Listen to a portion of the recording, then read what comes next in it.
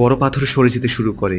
সেটা এখন এত হালকা হয়ে যায় যেন এক আঙ্গুল দিয়ে সেটা সরানো সম্ভব। অন্যদিকে বাইরে প্যাট্রিক আর ড্যাব দেখে বাইরে জামালের আর্মি চলে এসেছে, যাদের সাথে ওয়েনের গুন্ডারা লড়াই করছে।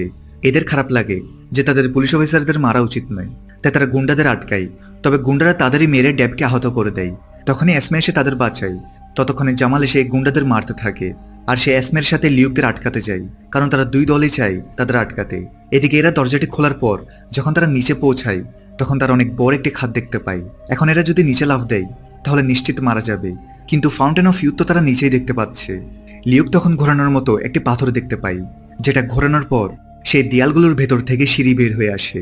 সিঁড়িগুলো দিয়ে যখন তারা নিচে নামে তখন তারা অনেক বড় একটি হোল দেখতে পায়, আর এই হোলের নিচে মূলত ঝর্ণাটি উপস্থিত ছিল।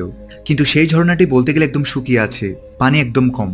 শার্লেট বলে, লিউক এখানে আসতে চাইছিলে তুমি, যাও এখন যেহেতু এসেই গিয়েছো ভাগ্যটা পরীক্ষা করে নাও।